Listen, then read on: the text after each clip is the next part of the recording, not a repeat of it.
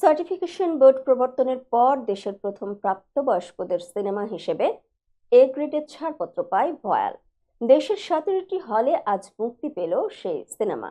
পরিচালনা করেছেন বিপ্লব হায়দার। এই নির্মাতা জানান, স্টার সিনেপ্লেক্স সহ দেশের 17টি সিনেমা হলে মুক্তি পেয়েছে ভয়াল। এই জঙ্গলের শিয়ালি বহুদিন মানুষের মাংস খায় না। সিনেমাটি প্রসঙ্গে বিপ্লব হায়দার বলেন, এটি গল্প নির্ভর সিনেমা। হলে দর্শক গল্পের মধ্যে ডুবে যাবে বলে আমার বিশ্বাস। সবাইকে বলবো, হলে এসে সিনেমা দেখুন, বাংলা সিনেমার পাশে থাকুন। ভয়ালের প্রধান চরিত্রে অভিনয় করেছেন ইরফান সাজ্জাদ। এটি তার দ্বিতীয় সিনেমা। তিনি বলেন, সিনেমাটির যে বার্তা তা খুবই ইউনিক। আজ তা মুক্তি পেয়েছে। আশা করি যারা দেখবেন ভিন্ন রকম স্বাদ পাবেন।